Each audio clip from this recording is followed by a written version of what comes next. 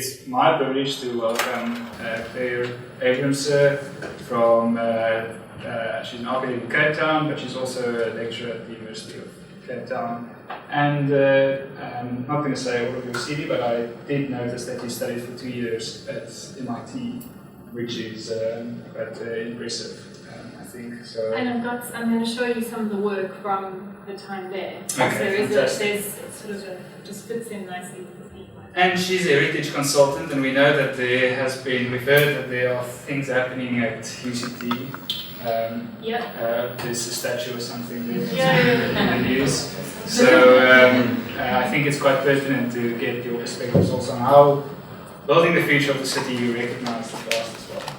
Great. There's about 30-40 minutes presentation, 45 minutes, and then students' questions.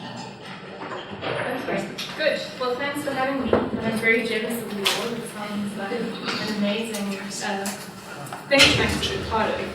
So, the heritage in the city of the future, and you kind of, when you initially think about those ideas, they seem very opposite. You know, the past is a foreign country. What role does it have in the city of the future? And in South Africa, we're fortunate that we have a very good legislative basis for how we determine what's protected in heritage and the impact that it has on how we plan our cities.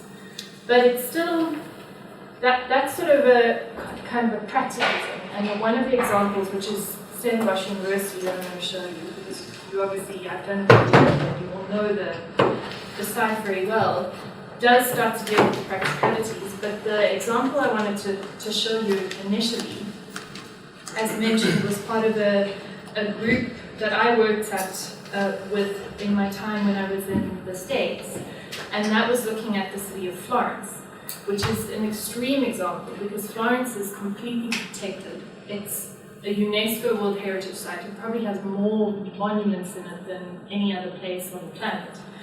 And we were looking at how you intervene in a city like Florence as sort of a city that's still becoming, and it has a future. It's not frozen in the past, or at least you wouldn't want it to be.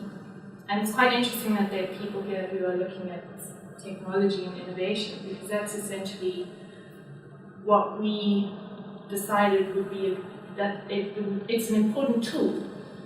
Interestingly enough, technology and innovation is important for preserving the city of the past, but making it relevant to the future. So Florence being the extreme example is almost like living in a museum.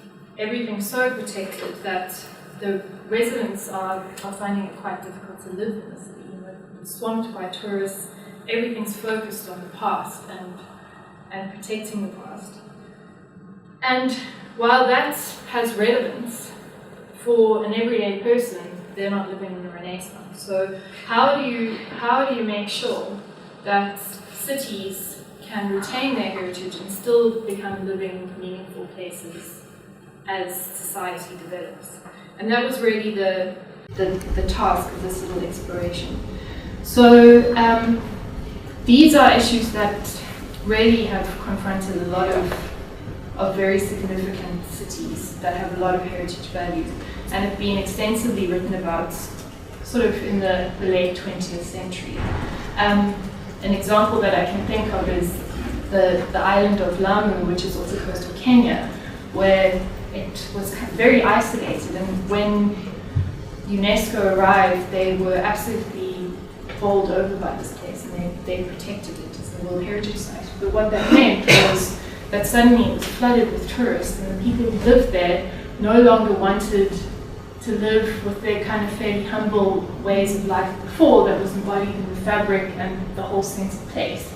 And suddenly the kids were sort of desiring other things that were seen to be kind of ruining the environment. So that's not really what heritage is after. Heritage is about protecting what is significant and meaningful to people, but not in a way that's static. And it's a very difficult balance. But this is what we were trying to do in Florence. So how do we keep those elements that make Florence such a fantastic city? Because it still has wonderful streets, and it's a fine grain, and it's a lovely place to walk. But it remains a high quality place to live, where people have access to information, they have access to all kinds of, essentially anything that anyone else on the planet would be able to access. And interestingly enough, we found when we looked at the city that the way that we say modernist urban technologies, so I guess big 20th century infrastructural projects, were often the sort of bottleneck in the whole process. And I'll kind of show you as we go along. So these are some images just walking around. We looked at a particular neighborhood, which is Ultrano, and I'm going to quickly show you a little bit about the city. So Ultrano is to the south of the main Roman city, which was much smaller, the area in yellow. The medieval city, they extended the boundaries, the area in blue, and then this is the Renaissance city wall, and it's still there. And Ultrano is one of the few, because it's on the other side, because it's on the other side of the river, from sort of where a lot of the key tourist sites are. It still has kind of a living population. There are preschools, and people grow up there, and they have their kids there. So the city of Florence asked us to look at this neighborhood because they were worried that this sort of last sort of living part of Florence was being pushed out by the tourists, so that there was the potential for that to happen. And I'm also an urban designer, and I think heritage and urban design marry very well, and they're quite important to have both. Because often it's the historic urban patterns of a place that are the things that give it identity. And so to be able to engage with those and sort of analyze them really helps you understand what people find significant, qualities of a place that they enjoy. So we had a look at where the historic gateways through the Renaissance wall were, the important civic buildings. That's the Renaissance Palace, but there are a couple of churches, and they all had their squares associated with them. And that's the kind of route to the Duomo of the main cathedral. That's one of the Santo Spiritu, one of the churches, which has a market in front of it, and it's sort of very neighborhood-ish. That's the Carmine Church, which has less of that quaint charm. And you suddenly start to see some of these 20th century infrastructures. So the overarching need was to allow the neighborhood to provide support for those kind of living day-to-day activities that would make it convenient for people to be in the space. And we looked at 7 dimensions. I'm going to go through them very briefly, but mobility, cars was a big issue, as it is in Stellenbosch. Really well-crafted urban environments are often scaled to humans, not to cars. And people want to use their cars to get to those environments, and it's always a conflict. Cleaning and greening, and those are things that sort of, in the last days of March in Cape Town, or early April now, and Stellenbosch, you kind of know how important it is that the good rain comes and cleans all the pavements. But how we get rid of our waste is really important. And in old cities, often it was chuck it into the river. If it wasn't for the Estuarifeer, Stellenbosch wouldn't be here. But the Estuarifeer was both the lifeblood, the important water source, but it also carried the waste away, the less romantic side that no one thinks about.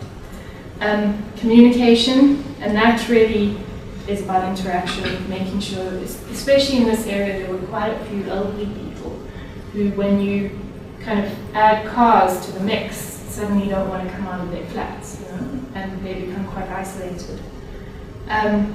Production, how do people work in the space, especially in a city that's almost being turned into a museum.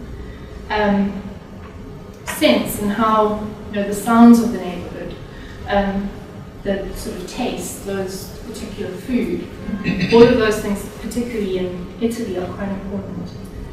And transforming, so that some places would need to still give a window to an older setting, but that really it's about the two meeting, the sort of old and the new. So the projects I'm going to show deal with mobility cleaning and greening. And the mobility on demand, I'm not going to really go too much into this because you guys will all be familiar with this, but we looked at bike sharing. And you have at Stellenbosch University quite a good little bike program. But it was really to get rid of, this is as you go in through the main gate to the south of the neighborhood, and there's this beautiful fresco on the wall that sort of dates to the Renaissance, and you've got cars in the foreground. And we did spend a bit of time looking at how bicycle share programs work. And this is Paris, where we drew the kind of main civic structures, so the main civic buildings and the main boulevards, to try and understand how people imagine the city and sort of what the major routes are. We looked at where Paris's bicycle lanes were, and then we looked at where their velop stations were. And we found that the velop stations had nothing to do with where the main roads were or where the bicycle lanes were.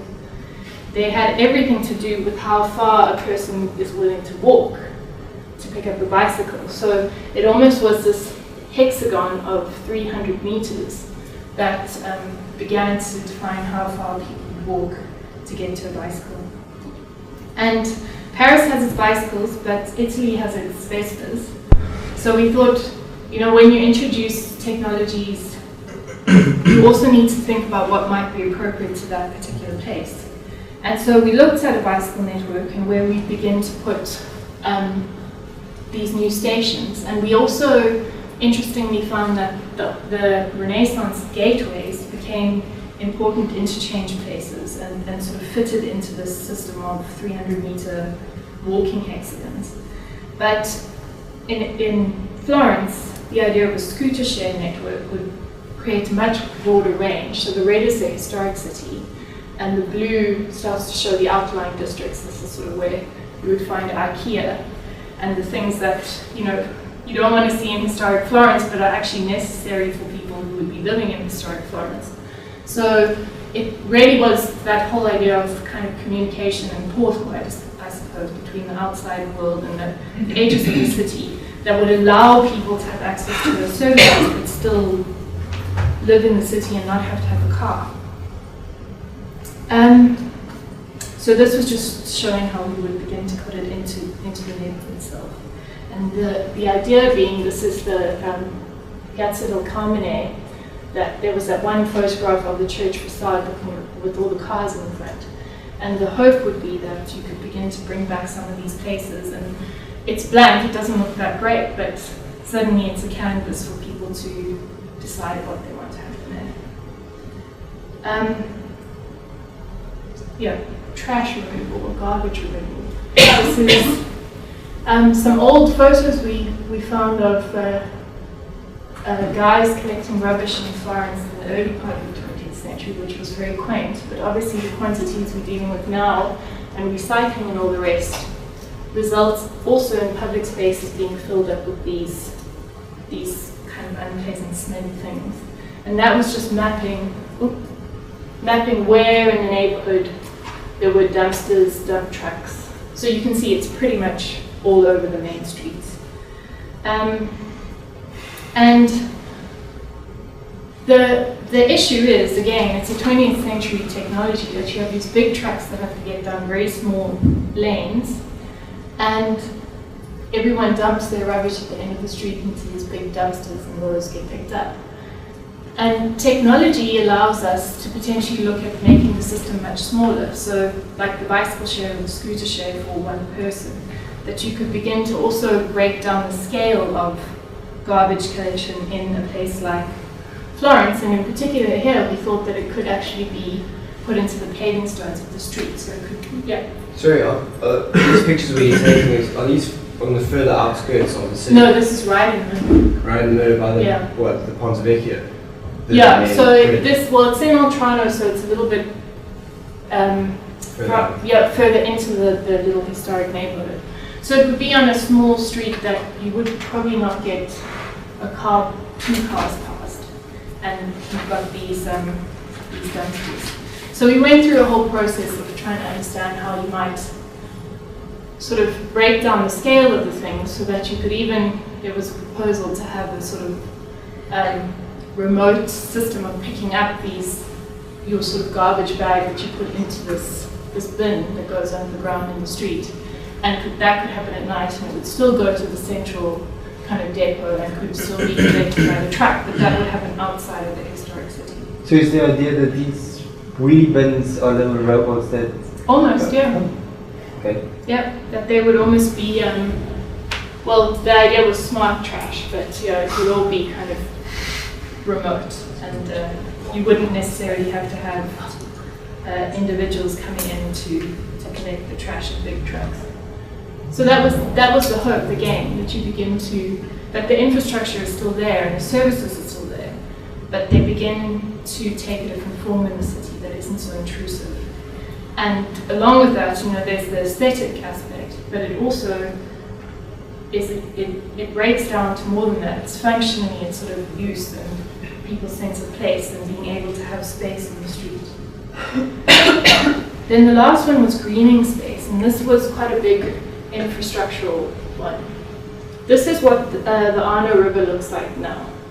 And this is an image, I don't think I put a date in here, you're going to have to forgive me. But it's sort of in the heyday of the Renaissance. It's actually looking in the other direction. You'll see that church. But it's clear that the river was a far more part of Florentine life. Here you've got sort of big embankments and really a whole lot of concrete, and there's no way to really get down to the river. And there were kind of promenades and the bridges and all the rest.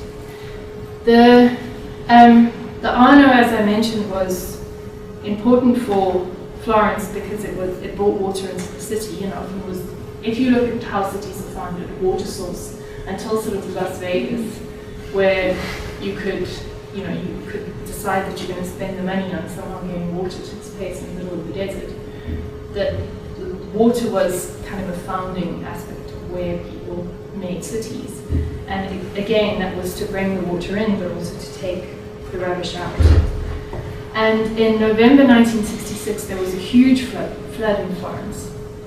And the response was engineering or infrastructural, that they began to kind of put huge concrete buttresses on the sides of the river, prevented the city from connecting with the river, but also huge weirs. And there were many more bridges than currently what you would see crossing the river. And not to make light of the flood, because it really was like a 100-year flood disaster, but the response was kind of isolating, and it really changed the relationship the city had to its river. So this is just looking at the area again where the green spaces, so private green spaces, public green spaces, and then the riverbanks, which aren't really used as green space anymore.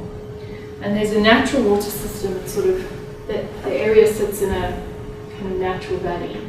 And there was a main stream line that's now being put underground into a sort of stormwater runoff pipe.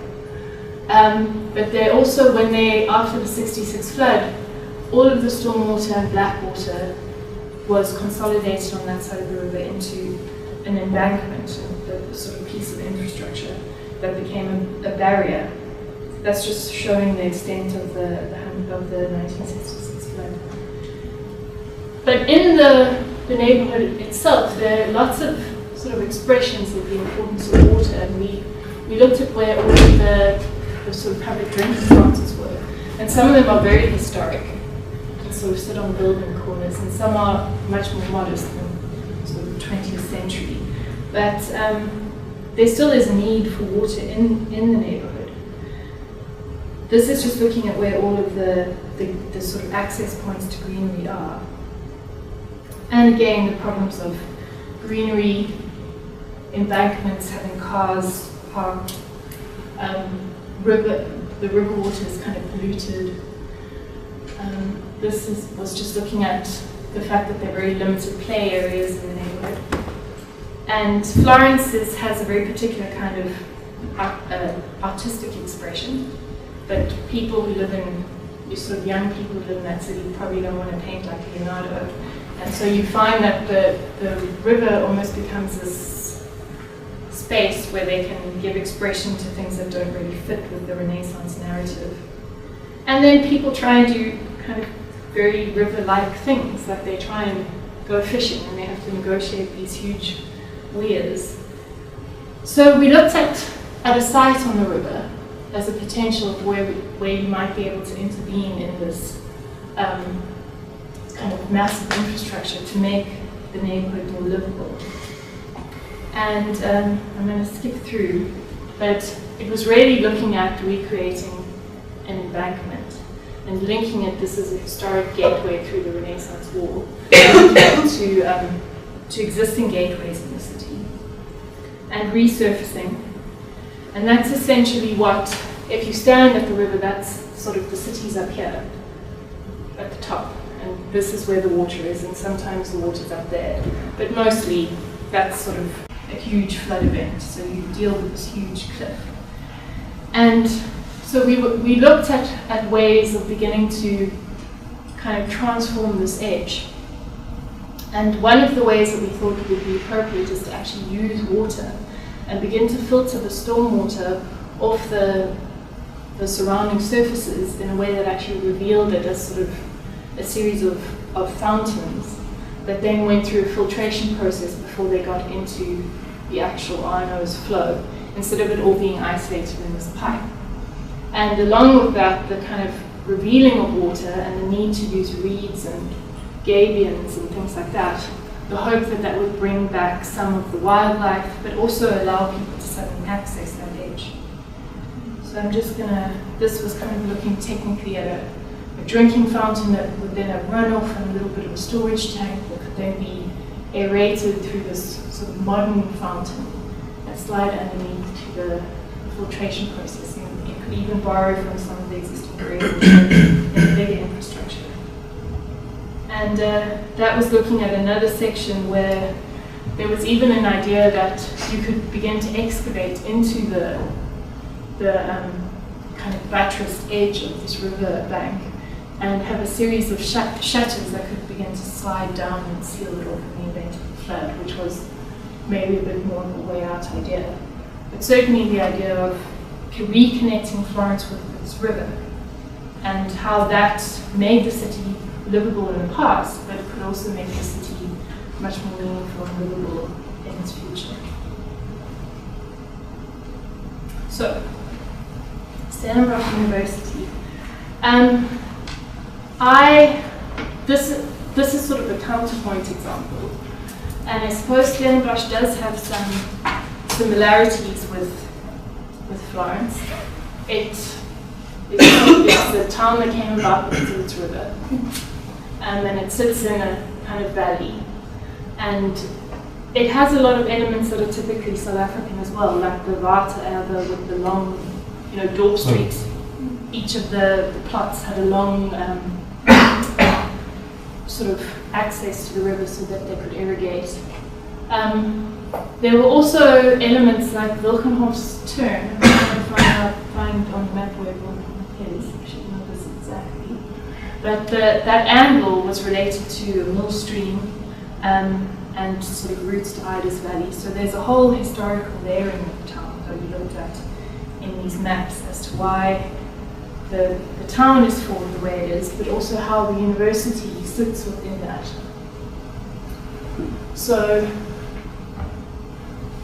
you can begin to see that the Braak really starts to develop in the core of the town by 1905. It's very much there. Jonkershoek begins to be subdivided. And the university really occupies, it starts just as the Oakhoofgebouw, and there's this kind of open space, but it slowly grows and becomes this, it's a very interesting university because it is so much part of the town.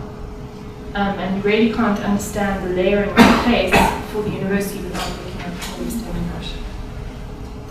The purpose of this work that we did for Stellenbosch University is almost, well, it's similar to what we did in Florence, except I suppose there are a lot more practicalities. And we have to start looking at that act. We can't just let our imaginations run wild. So essentially, universities are receiving a lot more funding and they need to take on more students. And that means more buildings and more infrastructure and all kinds of things. It has to get much denser. And how does an environment like this, which is so unique and is really built up over a century, accommodate that in a way that doesn't destroy what was there before, but rather reinforces and adds to it? And the process that we're going through with the university, and it sort of all started with the residence buildings in that part of campus, where we were kind of called in at the 11th hour to help them because they weren't too sure what the heritage concerns were. And in the end, we've been asked to look at the university as a whole and to use the National Heritage Resources Act, which is sort of the Bible for South African heritage at the moment. And I say at the moment because it does change, there was an act before. That we first assess every building on campus, we look at how the campus developed, and we consult with sort of people on the campus, people in the town, and we essentially come to agreement on what the significant things are. And those could be buildings, those could be places, there could be squares, there could be a whole range of elements. And that's, we actually took that process to its conclusion at the end of last year. Now that everyone seems to agree on what is really important about the campus, we're going through a process of coming up with guidelines to kind of set in play the major moves. And that's quite an interesting thing, and I'll show you a couple of little examples at the end. How much control is actually needed, in putting something new into an old environment. And too much control is problematic because it actually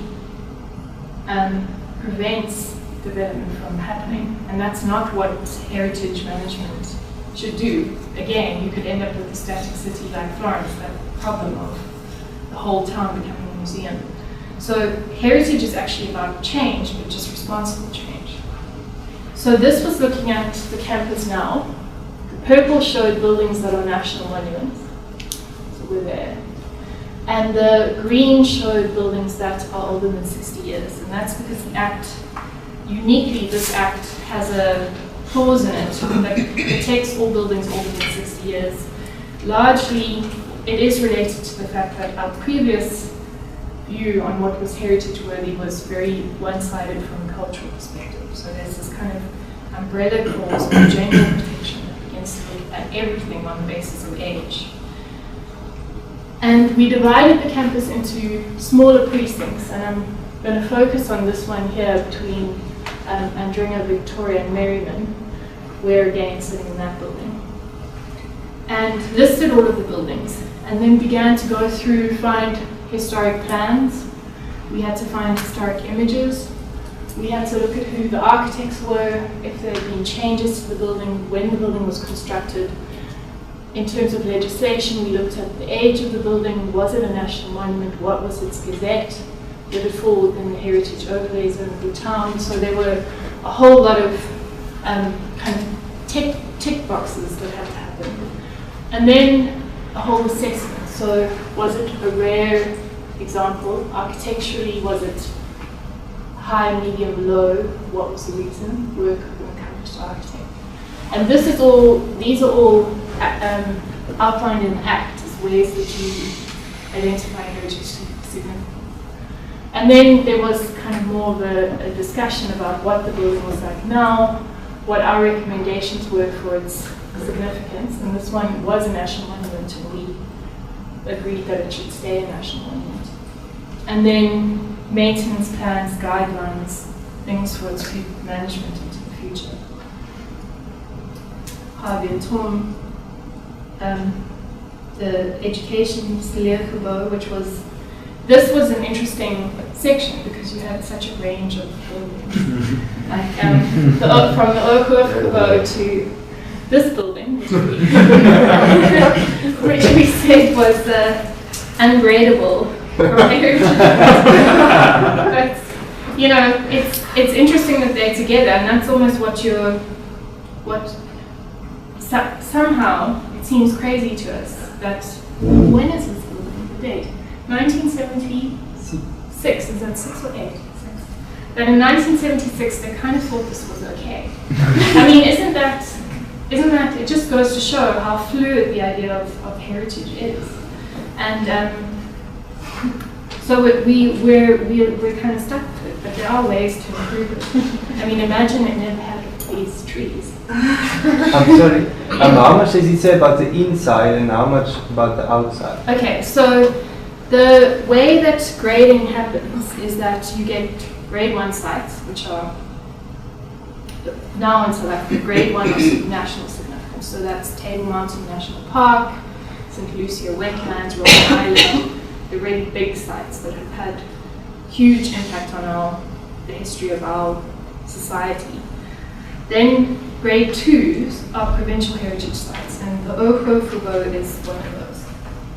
So it has importance in the history of the province, and usually a very high level of protection that governs both the inside and the outside. Then you get grade 3s, which are local significance, and you get 3A, 3B, 3C. I'm going to explain 3A and 3C, and 3B is somewhere in the middle. So 3A is a very intact building. It's a Victorian building with all of its original pressed ceilings, and it had importance. There's actually an example further up campus where Die Burger newspaper was started. So not only is it a very intact architectural building, but it has historical significance. And something like that would be governed, both the inside would be controlled and the outside. But I always use the example of a Woodstock row house, where the facades were all kind of built at the same time, and they all ordered the same brochures from Glasgow, and it's all kind of, there's consistency, and that's what makes the environment, is that they're all the same. What happens behind the front wall is of less significance, or the front facade, I should say. Is that 3C? That's a 3C. So then you're protecting the streetscape. And 3B is somewhere in between that has a bit of both. And usually it's up to a heritage practitioner to kind of assess and get agreement on that. And 3B is probably the most tricky to manage because it's slightly grey area. And then it's important for heritage to identify buildings like this as having no significance, because often something like this might actually be older than 60 years, which in theory is protected in the Act. But if we preempt that and say, this has no heritage value, then it doesn't need to go through a whole process with lots of money and other professionals involved. So the idea for the Act is that the municipalities do this for whole towns, and Stellenbosch municipality is in the process of doing a survey. But the university wanted us as a sort of, because it's a campus environment that is slightly different from the town and has different, it's obviously one landowner, but it also has interestingly enough, a much further view, that you can speak to the university about where they want to be in 100 years' time. But you can't speak to someone who owns a shop on Dorp Street about where they want to be in 100 years' time, because they probably won't own that property. So, I think it's great that the university is taking this on. And Stellenbosch is leading the way. UCT's just started with their process now, which is unfortunate for a certain statue. And this is what was ultimately decided, is that the purples stay grade 2s, but it was agreed that Stellenbosch University is of such significance that there should be a grade 2 area. So the buildings could be ungradable, but the streets and the way that the spaces are treated between became much more important than the actual structures in those instances. And that's, tricky things like Victoria Road, which isn't it's a street, it doesn't have an earth number. So it's sort of the ownership of the municipality, I suppose. Usually something like that doesn't really, who's responsible? How do we make sure that the municipality continue managing the planting of trees? Because in 50 years' time, if those trees all become sick or old, you're going to lose a major sort of part of what Stellenbosch University campus is about. And the Heritage Act allows us to protect places like that and then put in guidelines for how we make sure that in the future someone's taking responsibility for making sure that that space stays sort of such a core part of the campus. Where's the lighter orange? These are bees. This orange here, Yeah. those are bees. So the building we're in is a C. If the university decided that they wanted to make a huge lecture hall here, it wouldn't be, Heritage Western Cape and the municipality have agreed to this, so it wouldn't be a problem to do that. But if they start to tamper with the outside of the building, they're going to need approvals. So in terms of kind of style, which is a 3B, I think. Yeah. Do you have to then reconstruct the outside of it as what? You don't have to, but that is what the university plans to do. Again, it's all about change. That's where the guidelines are important, because you need to identify which buildings, it's sort of patterns. So what heights are important? Around the Roy Plain, there are buildings that are of similar height. They are walled architecture, punctured windows, and usually they have red tiled roofs. So would that then be sufficient to say for 3C buildings that's the guideline? And if some really amazing architect came and did a completely new take on a building that reinterpreted those elements, that would actually be something that you'd want to encourage. Because if, pastiche is sort of like a really bad idea for heritage management. Cities become rich because you can read their layering. So if you're trying to make it seem like it's Victorian, it just becomes confusing. But if you build a new Woodstock row house just next to those other ones that somehow reinterprets the kind of main patterns of the thing, you're actually enriching the street. Although when you look at it, it's very clear that it's a 21st century building, those are Victorian stuff. So then, what is the effect that something like the Schumann building have on the layering of Stellenbosch? Or Ellsworth, for that matter, which is funny. Yeah, and the reason it's orange, there was actually the Heritage Committee was not that keen on grading this one at all. And this is where it becomes interesting, because they said, well, go and speak to Doc Momo, which is a group, they meet in Cape Town, there's architects from all over, and actually there are a lot of important modernist architects in Stellenbosch, but it's the documentation and conservation of modern movement buildings. And they came back and they said, over our dead body will this be ungradable, that someone can knock it down, because Javi Fagan, who's a very well-known modernist architect, this was sort of his really important first tall building.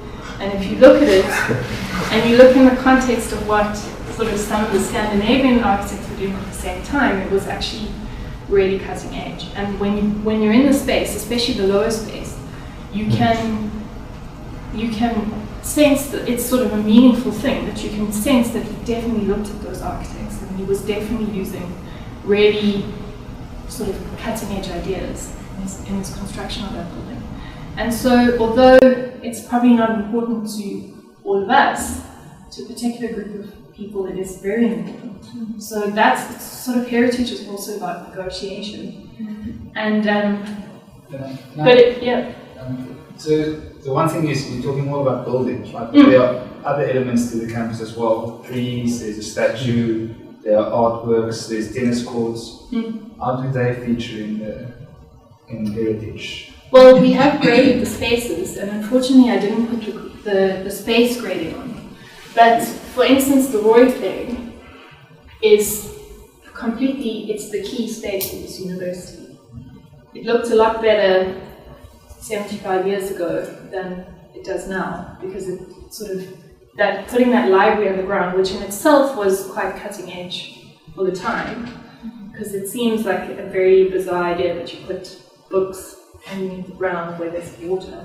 But it really changed the nature of the place, mostly because the trees couldn't get their roots in anymore. And so they had to build all of the planters up. And so you stand on the Roy Plain and you can't look across it. And all these buildings were kind of built, well, certainly these around the edge were built before the library and they would have had a much more direct visual pattern. They would have responded to one another, and now you can't kind of see that. But we graded the space 3A, and even though it's in a 2, and we were quite, that was something that we felt quite strongly, because a 3A still leaves space for quite a lot of change as compared to a 2. And we think that the role-playing could be drastically improved upon. This is sort of the heart of the university campus. And guidelines would be related to planting and maybe sinking some of those vents so that you re-establish that sense of visual connection across the campus. And we think that if everyone agrees to those guidelines, it'll give the university clear direction as to what they can do without resistance. Because now every single change that they want to make requires going to the heritage people and a whole separate process. Would you quickly want to go back to the first on the slide where the road plan is actually... Yeah. There you go. So this was kind of showing its transition. The 20s, 66, and 82, which was just after the library was built. And you can, I mean, very clearly see that all of these buildings were responding to one another. Also in Walpole. Exactly. Yeah. And there are all kinds of photographs of kind of informal soccer matches. It was grass space, so, you know, it was really like an informal space that was the core to the university. And then in the 60s it became a bit more formalized, and we started to see statues in the paths and some of the planting. But it's really these kind of triangular shapes with this complete imposition of a different geometry. And that actually is less important than the impact of that when you're standing in the space, because you really often feel like you're in a canyon. You kind of can't sense the whole. And it would be fabulous to bring some of that openness back, but also the flexibility that comes with that.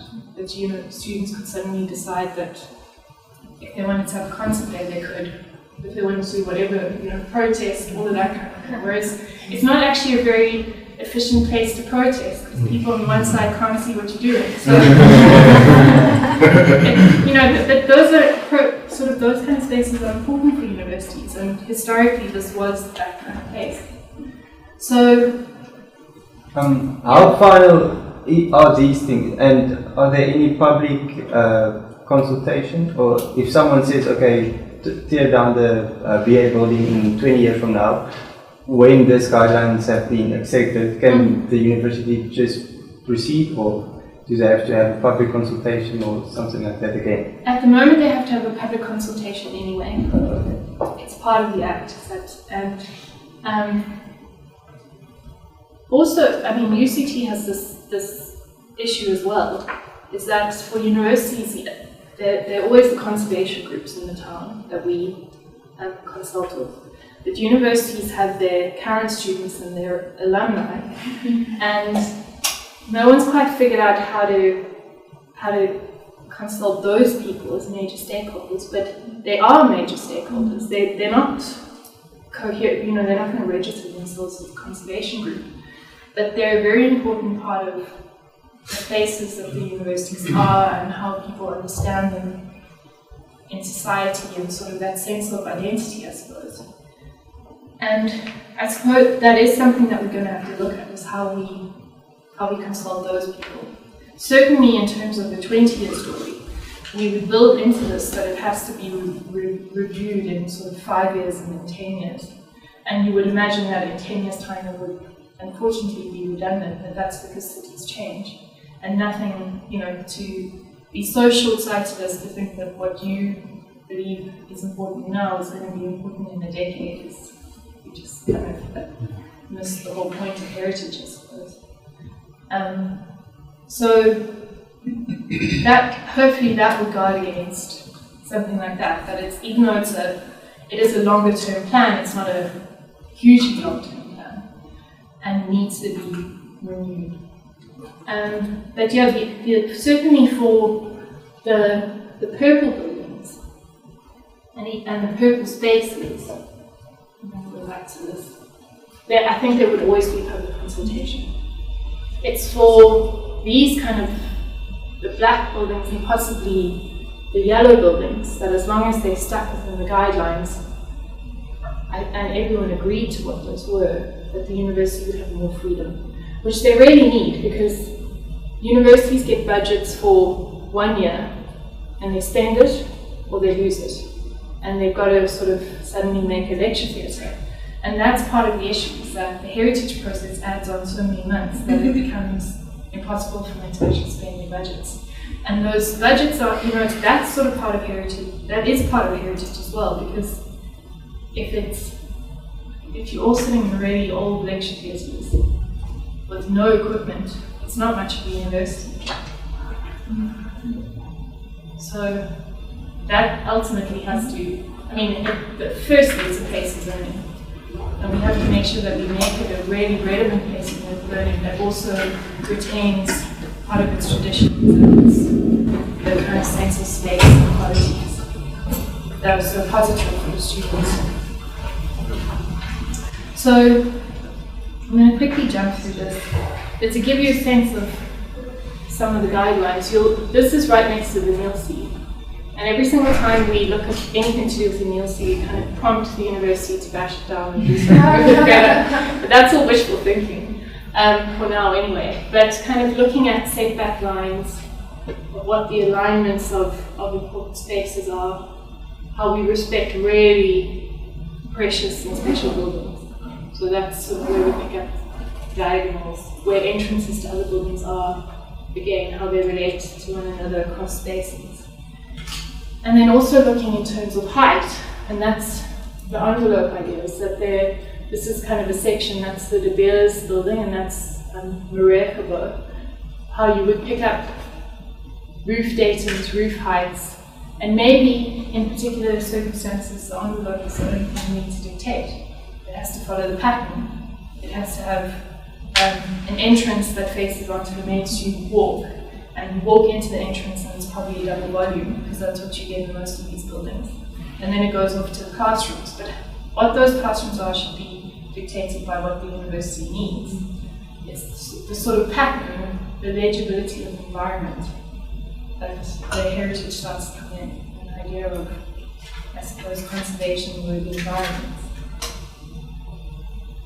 And this was just looking at, I'm sure some of you are very familiar with this block, the residences and all the different buildings. This was quite interesting because a lot of the buildings are actually quite modern. They're sort of mid to late 20th century and they have unusual shapes. But this part of the campus is kind of a very strong pattern, whereas this residential part had a huge variety. But we looked at where potential new buildings could start to come in, and some of those have been realized with various degrees of success. And I think that's also down sometimes to, it's the architect, it's the individual expression. And this whole campus is made up of a lot of J.B. Collins, who was the main architect in the mid-20th century, and he did a lot of building, and he almost had a formula, and that was quite important.